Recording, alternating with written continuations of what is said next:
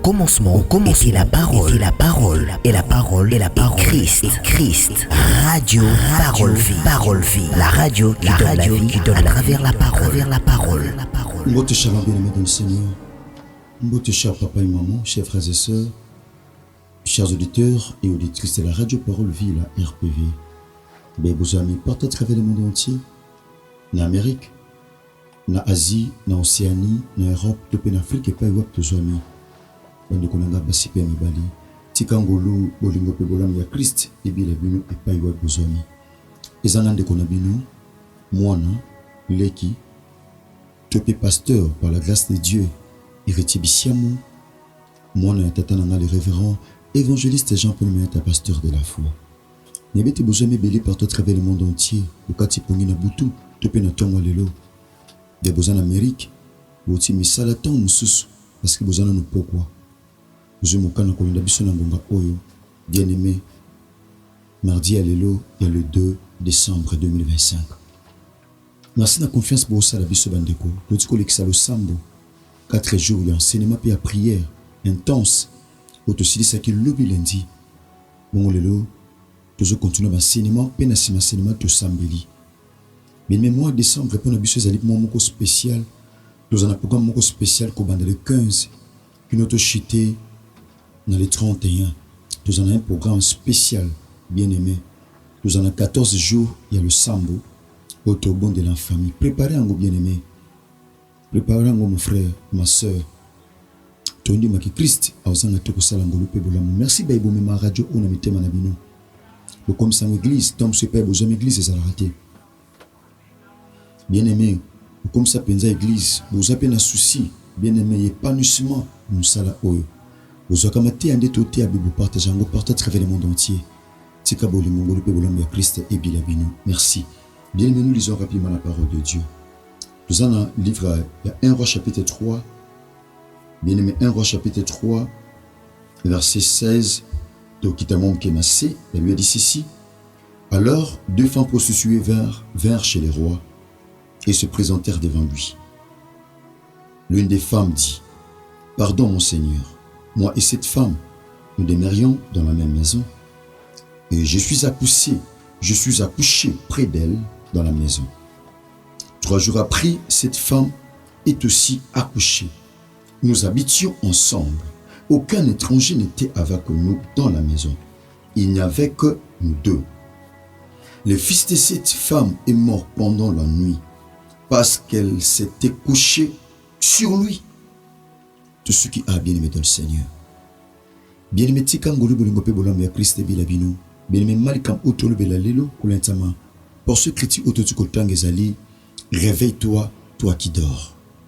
Lamuka yo ozolala. Tout deuxième texte na biso, bien aimé dans le Seigneur. Tout ça na épître aux Éphésiens, chapitre 5, verset 14. La Bible dit ceci. C'est pour cela qu'il est dit, réveille-toi, toi qui dors. Relève-toi d'entre les morts, et Christ t'éclairera. Bien-aimé dans le Seigneur, Thème Nabusé Zali, bien-aimé dans le Seigneur, Lamuka. Lamuka na pongi. Lamuka na sommeil. Bien-aimé, réveille-toi, toi qui dors. Lamuka yo ozolala. Topé, lamuka na sommeil. Lamuka na pongi. Bien-aimé, oui c'est vrai, pongi, ezalaka malamu. Pongi ezalaka makasi, le sommeil est tellement fort. Bien-aimé, pongi ezalaka puissant. Pongi ezalaka fort. Pongi, mon frère, ma soeur, ekosali so makambo lingi to sala. Ezana batubele, mon frère, ma soeur, baloba bilobela na si a pongi. Eza batumso, mon frère, ma soeur, yaya, babimisa basekele na si a pongi. Donc pongi eza tellement makasi. Sommeil, bien-aimé, eza makasi. Eza tellement fort. Ezana batubele, bien-aimé, ba uta ne tâche na likolo ba koya na se suite à pongi. Ezana batubele, mon frère, ma soeur, yaya, babimisa basekele o bako lobate menasi a pongi. Parce que le sommeil est puissant. Le sommeil est fort. Pongi za la makasi. Bien mais c'est quoi le sommeil? Batali si biso sommeil ezali état ya inconscience. Donc mutu azolala moto aza inconscient. Musala moto ezolala, eza musala eza inconscient. Mon frère, ma soeur, il y a sommeil, eza état, il y a inconscience. Eza état, il y a kozanga conscience, il y a kozanga bon moto. Bien aimé, mututango lalaka aiba teka député. Mututango lalaka aiba teka za gouverneur. Mututango lalaka, mon frère, ma soeur, aiba teka za ingénieur, aiba teka za juriste, aiba te mon frère, ma soeur, asa général, aiba te a colonel, aiba te mon frère, ma soeur, aya asa sénateur, aiba te a professeur. Pourquoi? Parce que pongi ya makasi ebo senza mutu atako o mutu azali. Pongi sa makasi. Pongi zali état, bien aimé, sommeil, ezali état, il y a inconscience. Il y a jusqu'à quand? Jusqu'à quand au demeurer na état, il y a inconscience. Tous en état où sengeli yonanga tous à la conscient. To yeba makambo to sal. Tu ebe pas to kende, tu ebe pas to outil. Tu ebe pas to za, et pas to telemi. Tu eba ni sengeli yonanga to sala. Et ça sous moment inconscience te bien aimé. Tant to commence à sous ta pongité. Toi en décembre. Mois décembre, bien aimé dans le Seigneur. Et ça lui peut moi sacrifice surtout dans ngambu. Ya Satan. Ils ont moi sacrifice parce qu'ils ont moi souka année eux même makabiso na année ya sika parce que tout ça na porte il y a sorti il y a année 2025 peut tout ça na porte il y a entrée il y a année 2026. Bien aimé, c'est quoi le sommeil? Bataille sibiso sommeil bien aimé dans le Seigneur. Ils ont un moment inactivité. Ils ont un moment inactivité bien aimé. Pongé zali moment inactivité. Pongé la lisa mutu. Pongé ko kangwata na église. Pongé ko kangwata na bureau musala. Pongé ko kangwata na volant. Partout pongé sa makasi. Pongé sa makasi ko kango partout. Ezamba tobele pour ça sambela mais pongé mukile kangiye. Pour ça gêner mais pongé ya kolia kangiye. Pour ça sala likamoko songolo pona nzambe mais pongé kangiye. Bien aimé dans le Seigneur, pongé le sommeil. Bien aimé, sommeil cause à la spirituelle que cause à la physique. Sommeil physique, bien aimé, eza kolala na nzoto. Mais sommeil spirituel, eza muto tambula. Mais spirituellement si alala, spirituellement misala elala, spirituellement libal elala, spirituellement vie de prière elala, spirituellement nyonso elala. C'est un danger pour un enfant de Dieu à ce sommeil spirituel.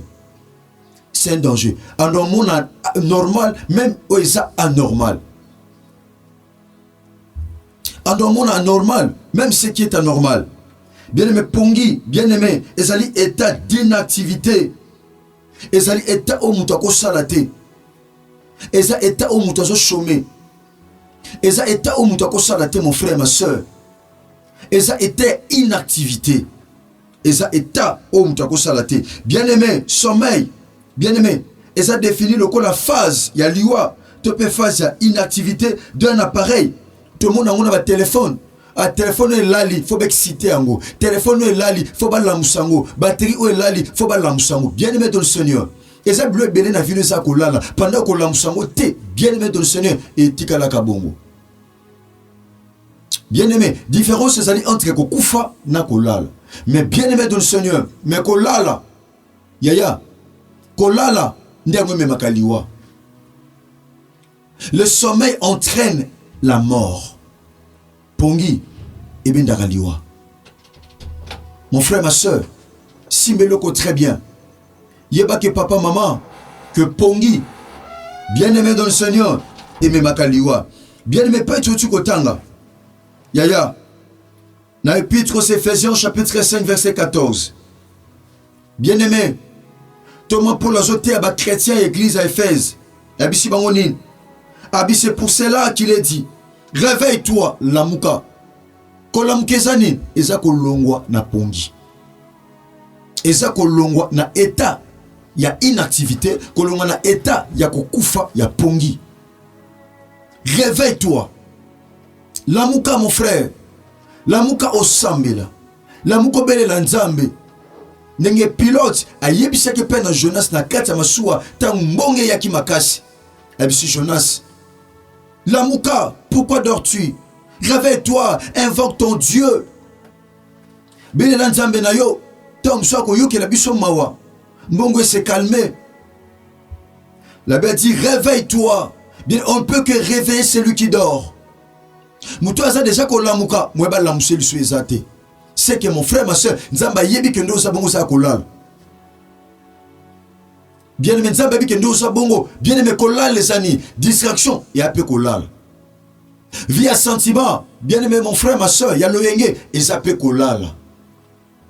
Job a le en réalité dans l'homme c'est l'esprit. Job chapitre 32 verset 8. En réalité dans l'homme c'est l'esprit et c'est le souffle du Tout-Puissant qui lui donne l'intelligence. Ces moments-ci mon frère, ma soeur, ce n'est pas les moments d'inactivité. C'est un moment il y a que ça actif. La Bible dit réveille-toi toi qui dors. Relève-toi d'entre les morts. Tellement la mouka kati na bakufi. Et Christ t'éclairera. Christ a zawana te po éclairer yo na se apongi. Abifo la mukananu avant éclairer yo. O lamuki o telmikat na bakufi bogo a éclairer yo. C'est tout un processus bien aimé, c'est tout un processus. Lamuka yo ozolala. Bien aimé, lamuka tellement pour Christ a éclairé yo. Bien aimé, pongi ça na avantage nango et ça peut na conséquences. Pongi ba avantage ya pongi bien aimé ba avantage nango eza plus na domaine physique eza plus na domaine physique muto alala bien aimé dans le Seigneur nangongo sengeli alala bien aimé pour lobby avaki encore na occupation na ye lokola mon mesano mais na domaine spirituel pongi eza na moi eza bien aimé dans le Seigneur pongi eza beaucoup plus na ba désavantage surtout na domaine spirituel. Écoutez, bien-aimé de le Seigneur, tout le désavantage où est Fanny Sami, bien-aimé, na katia pongi. Et peut-être tu côté dans la Bible, na 1 Roi, chapitre 3, verset 16. Bah, tel ici, bien-aimé de le Seigneur, il solo à Basimi Bali Andumba. Basimi Bali Andumba. Oh, bien-aimé, Obi Moussala, moi si Andumba, moi Sandumba, marchandise naye, Ezanzoto, oh, Nzamba Pesai. Alors que la Bible dit, Kor Nabisu Zali, temple à Molimo Santo. Alongoli nzoto ne lokola temple molimo musantu akomisango marchandise akomi kote kango pour azulambo pane biloko teke sala ki lusute commerce au sel ezaki lusute azu nzoto akomisango commerce na ye. Mon frère ma sœur tam so landanga ukomisa ko ça comment ko salisa nzoto no commerce comment ko lela ngombo tam suna mboka bapaya yango sunga kayo yango latisa kayo bien aimé na bo moto bezo mande tout ça avantage mais e kango kachilobi. Vie et elle comme avantage des années comme assurance. Na vie to lukaka avantage mais on cherche plus l'assurance. Bien aimé, tam so tega ganzoto on a avantage mais on a assurance te. L'assurance c'est Jésus-Christ de Nazareth. Yem to assure akabato. Assure akabomo ya bato. Bien aimé. Bataille si biso basimi bali andumba. Basala kindumba. Basaki ba camarade. Et salami ke bonmi bali bazuzemi. Tomba zemi bien aimé ba discipline babi photo bota to longo la zemité photo bota combien de basi andumba balongo la longo ba zemi belé bon ba décision atok baza basi andumba babi te photo bota ba zemi to ko longo la ngote photo simba moi bien aimé photo simba bana ba décision ya lukandako ba adresse ba fanda. Tout le monde a balabala. Moi, Sandumba, so koutene a peu son adresse na été. Vous appelez Natino Senga adresse. Parce que moutou beaucoup tene nanzela, bossi la nanzela. Mais baso bakuma ki na souci. Le kola bazui zemi, bakuma ba responsable. Bien aimé baso adresse. Bien aimé, na bondeli Yesu Masi à Nazareth. Appelle son adresse ya malam. Appelle son adresse ya malam. Olonga na vie ya errance. Olonga na vie ya lelo awa, lobikuna, bien aimé nzamba peso adresse.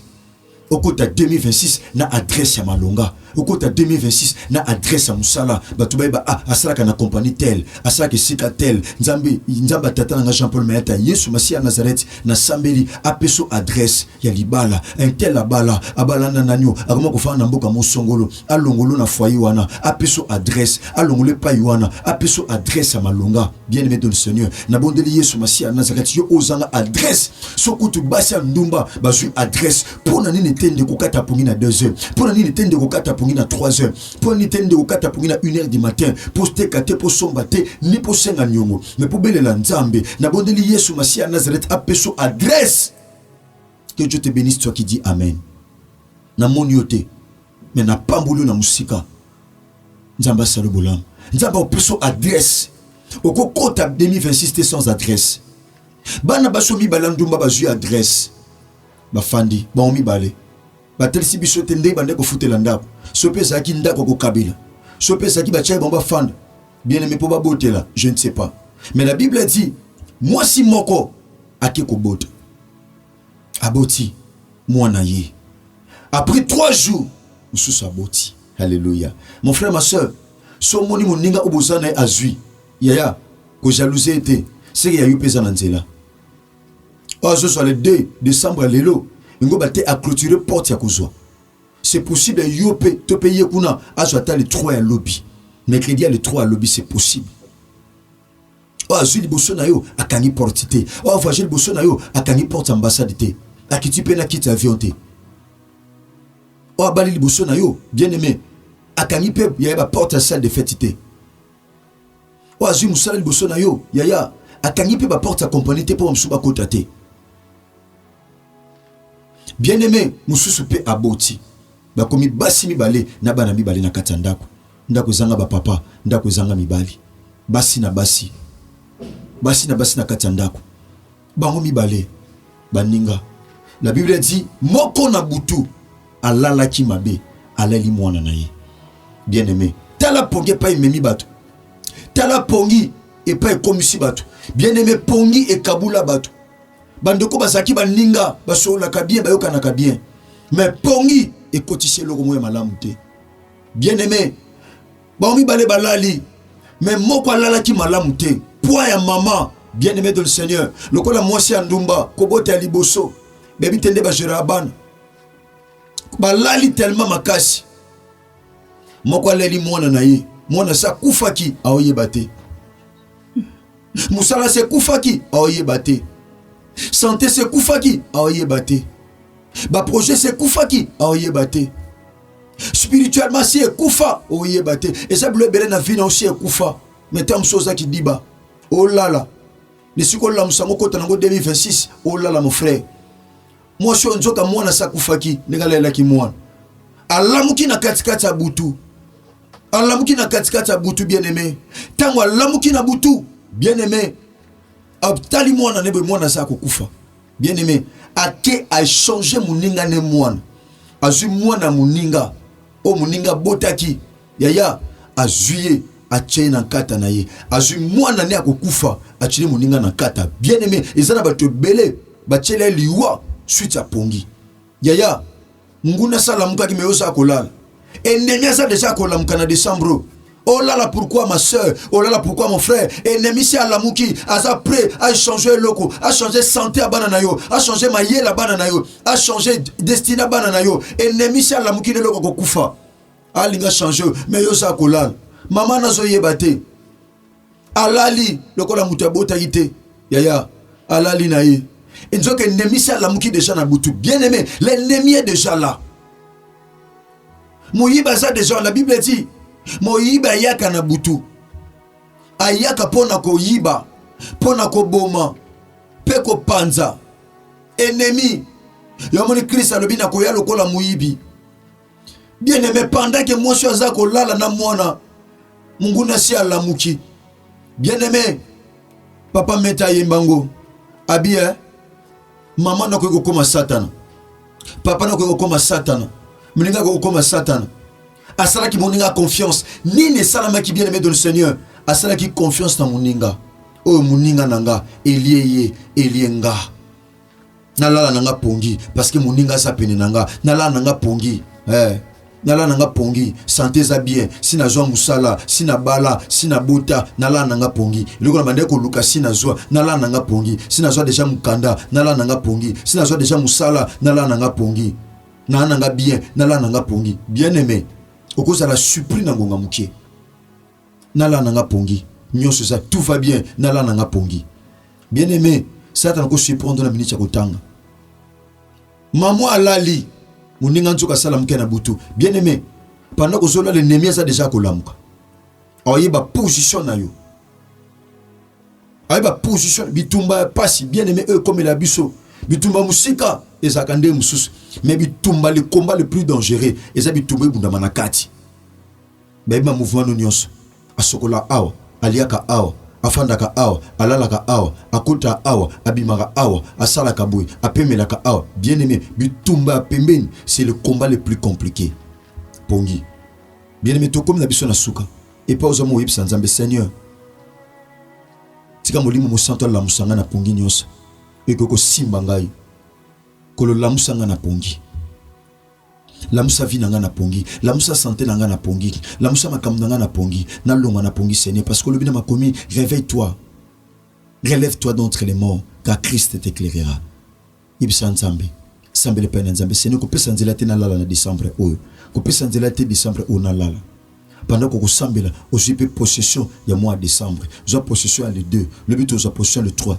titos en jour à prier bien mettons dit mais Christ a osangate que la glorifier peu que ça la bisobola merci Isaac Ndekonabino frère Herbie pasteur par la grâce de Dieu héritier Bissiamo moi la tatananga Jean-Paul Mayata pasteur de la foi je dis un grand merci à celui qu'on appelle David Poutou merci David Poutou télévision David Poutou beau s'abonner bande konanga beau s'abonner baza ba chaîne partenaire na biso de futa bango le côté na futa maintenant na futanga c'est Dieu qui nous paye basala musala 2h 3h 4h du matin so bo s'abonner na chaîne Botala Bolanda et Zamalam bo s'abonner na Chris Kundenga RPV notre DG Chris Kundenga RPV bo s'abonner bandeko bo s'abonner ngapna ndeko na bino na singe pa na bino lokola muumba pamba bo s'abonner et permettre bandeko baso babonner belé puis bolanda matin na ba chaîne au Christ ozanga toko pambola bino merci to komi pratiquement na suka to komi pratiquement suka kole so masia na zakat asala bino ngolo pe bolam ndiko nyos ozo matia na pasi na ba difficulté na pesa ki numéro nanga on a pesa ki eza justement bien aimé de Seigneur pour nous permettre biso to koma tout ça na ba message mais numéro ko zula matia ezali plus de 43 89 75 70 917. Merci que Jésus-Christ de Nazareth vous bénisse. Au commencement était la parole, et la parole, et la parole, et la parole. Christ. Radio, parole vie. La radio qui donne la vie à travers la parole.